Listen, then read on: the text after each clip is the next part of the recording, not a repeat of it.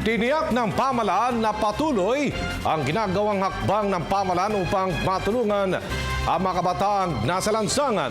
Kaugnay niyan sa pangunguna ng Department of Social Welfare and Development DSWD, katuwang ang National Youth Commission at Council for the Welfare of Children, inilunsad ang Youth Development Sessions bilang bahagi na rin ng National Children's Month Celebration.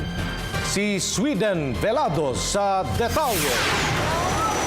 Masdan ang iyong paligid at hindi malalampasan ng iyong mata ang maraming kabataan sa lansangan na naghahanap buhay, ang ilan sa pamamagitan ng panglilimos.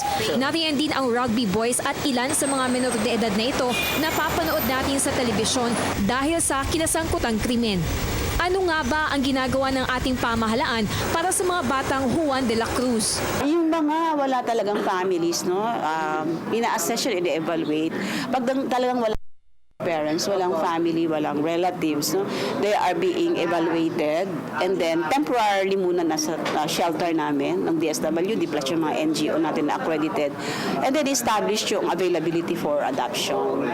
So kung talagang available sila for adoption, sila yung binibigyan ng alternative placement, whether either adoption, foster care, or guardianship.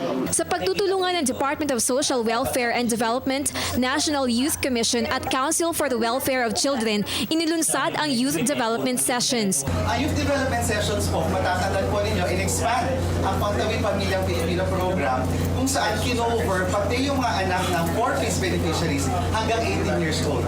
Ang pangarap po, makagraduate sila ng senior high school. Kasalukuyan ding binubuo ng mga nasabing ahensya ng pamahalaan ang programang Abot Alam Database para makagawa ng listahan ng mga kabataang hindi nakakapasok sa eskwela o out-of-school youth. As early as 2 years ago, we started building the Abot Alam database. Babalik sa eskwela, pero alam na po natin, pag medyo advanced na yung age mo, pag ikaw ay 16 na, tapos babalik ka ng grade 6 para hindi na maganda, no? Hindi ka na komportable. Kaya naman yung window ng alternative learning systems. At meron din po tayong partnership with TESDA, kung saan kung ayaw na nilang bumalik halimbawa sa senior high school, pwede silang dumiretso sa TECVO. Kalahati ng 100 milyong bilang ng populasyon ng Pilipinas ay kabataan, kaya't marapat lang nabigyan sila ng kaukulang atensyon at maglaan ng pondo para gumawa ng mga programa at polisiyang layong mapaunlad ang kanilang buhay at maproteksyonan ang kanilang mga karapatan.